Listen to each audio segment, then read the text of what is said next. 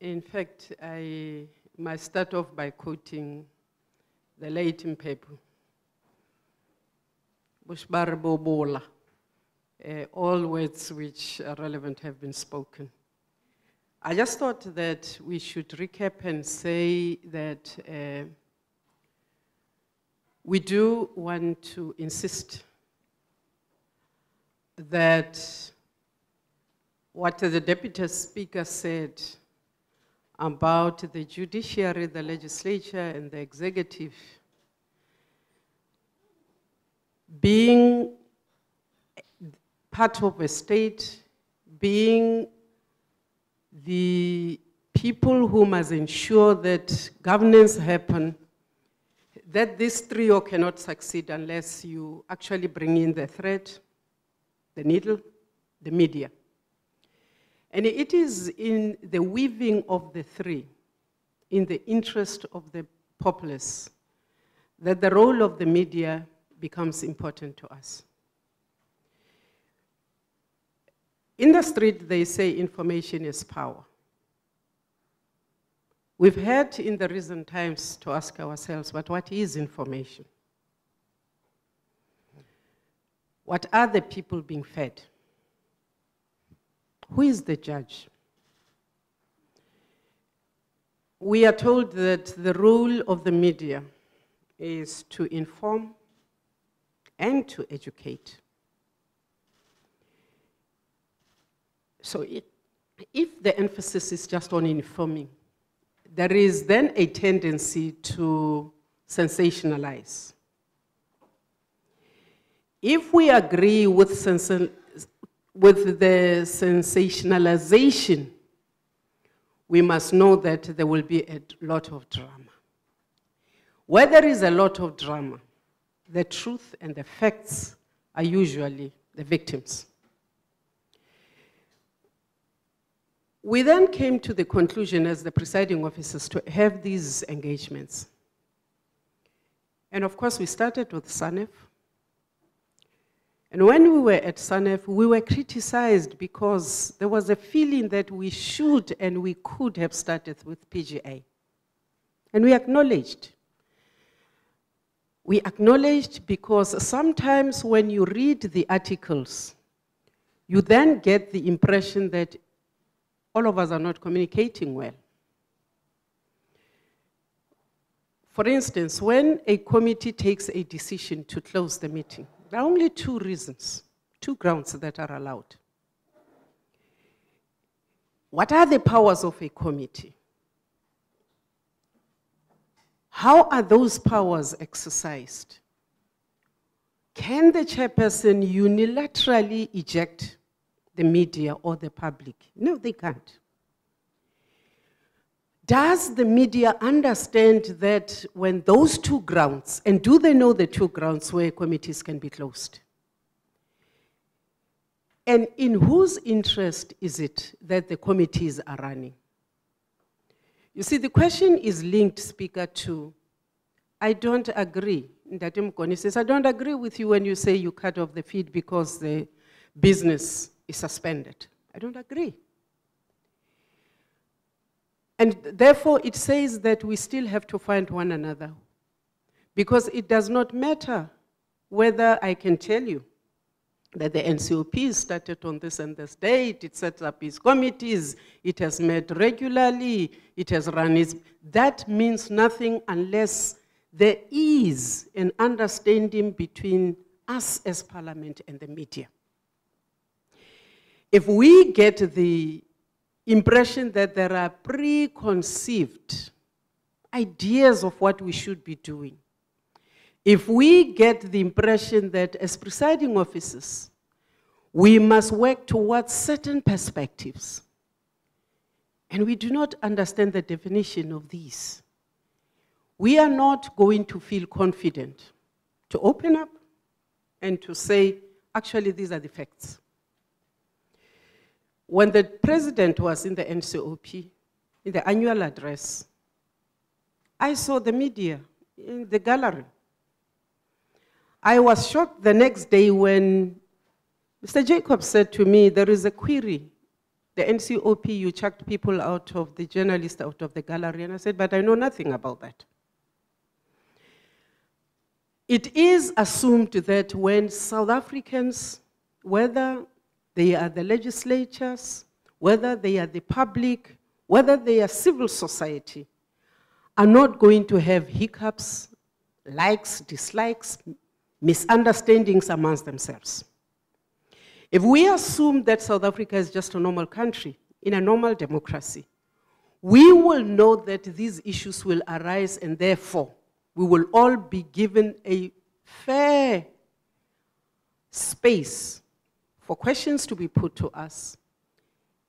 It will also be assumed that the responses we give will be to the best of our abilities. And sometimes we don't think that we get that space. Sometimes we think that foregone conclusions are somewhere. Now, that does not help us build this relationship with the legislative sector needs. And perhaps that is why we are meeting again, to say, can we go back to the drawing boards?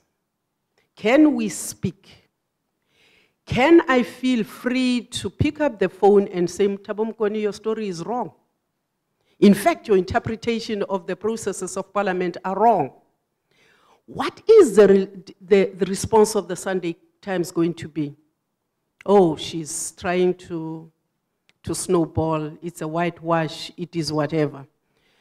I made the example at SANEF, Speaker, and I said, when you say a presiding officer must ensure that the executive gives the correct answers, you are assuming that a presiding officer is an expert in every department and every area of government. You are not being fair. You are assuming that when a question is put to the Minister on Energy, that as I preside, I will pick up that there is an inaccuracy and will be able to jump, take a whip, and beat up the Minister. I do not have those powers. So what is expected when we preside? What are we supposed to be doing exactly? What are the rules? When the media comes in and say, change your rules because there is party X and party Y which are not happy with the rules. And Parliament joins the bandwagon and says, okay, we will change the rules. Does it mean every 5 years Parliament will change its rules? Which society does not have rules? And what do you do when society, and at the beginning of this 5th term, we actually had training sessions and we actually had rules committees in the different houses and we adopted the rules. Why then are we then saying the presiding officers are not applying the rules? We applied the rules which we know all members of Parliament have been walked through in the NCOP twice. They understand those rules.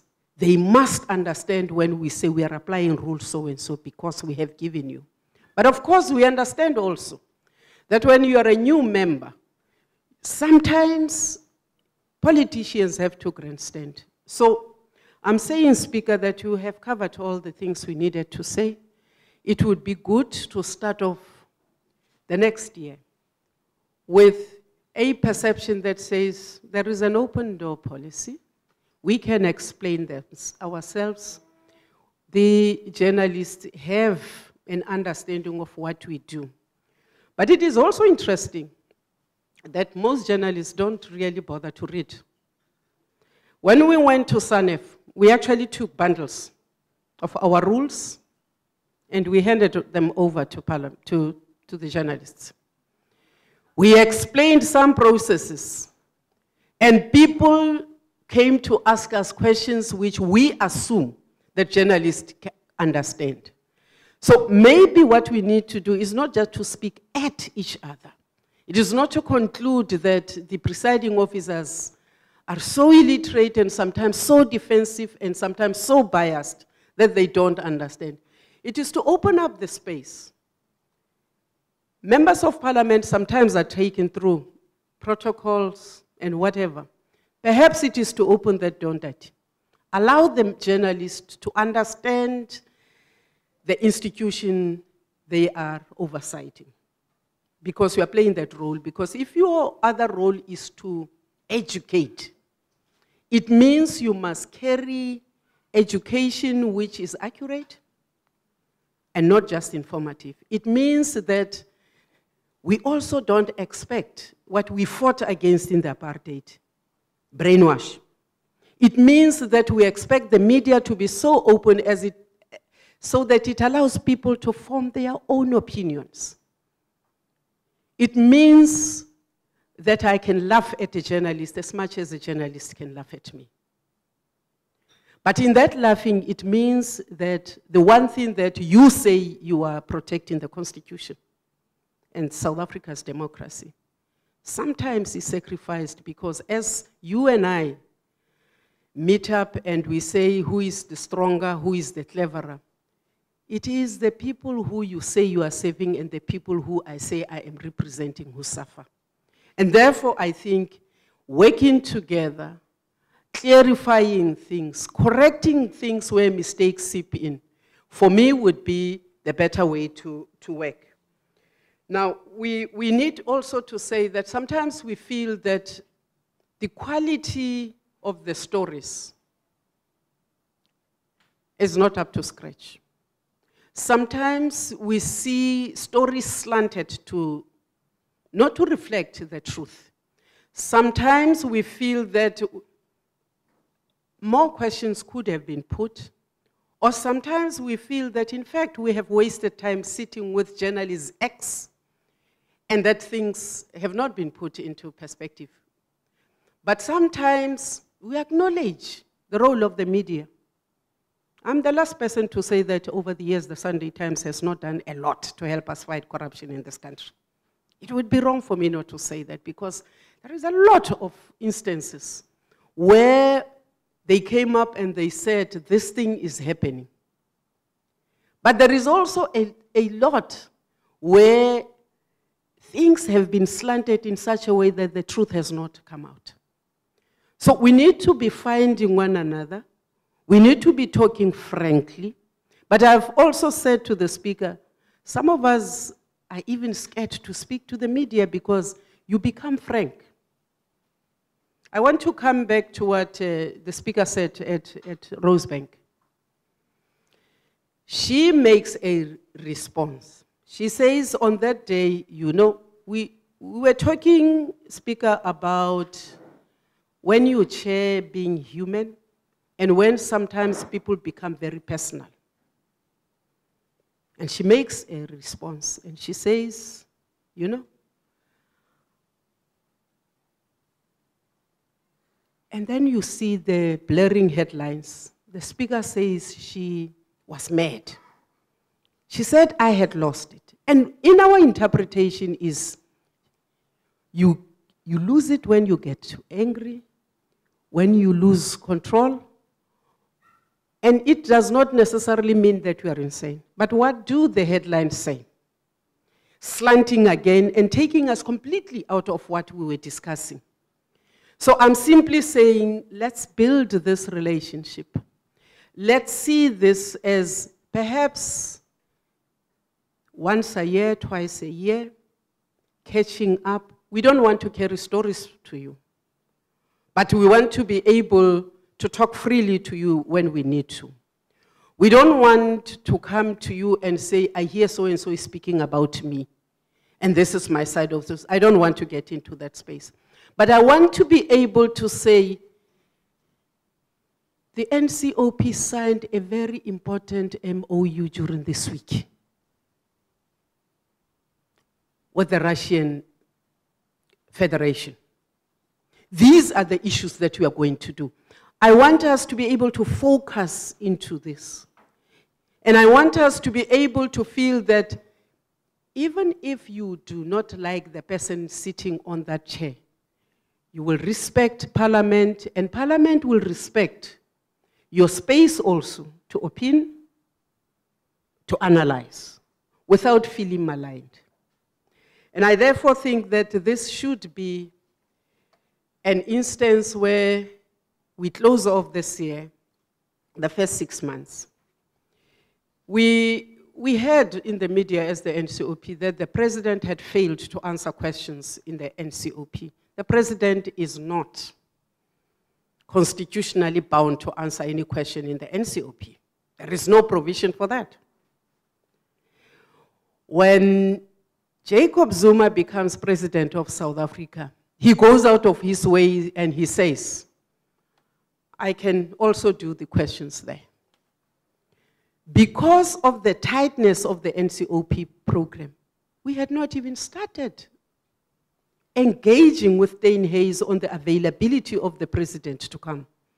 And there we are told he has failed to answer the questions in the NCOP. He hasn't failed. We are hoping that when he does come in March, that the halabaloo will be closed off. We have not seen the headline saying the ministers have all answered their questions in the NCOP. We haven't. We have had a complaint from the media that says, Speaker, why have they not answered all the questions? They have not answered all the questions because some of those questions' deadline is only coming next week. So they are outstanding, we are aware. So I'm saying it might be a good thing for us to really engage, to speak openly. Why is that? Explain that to us before we become judgmental. Thank you.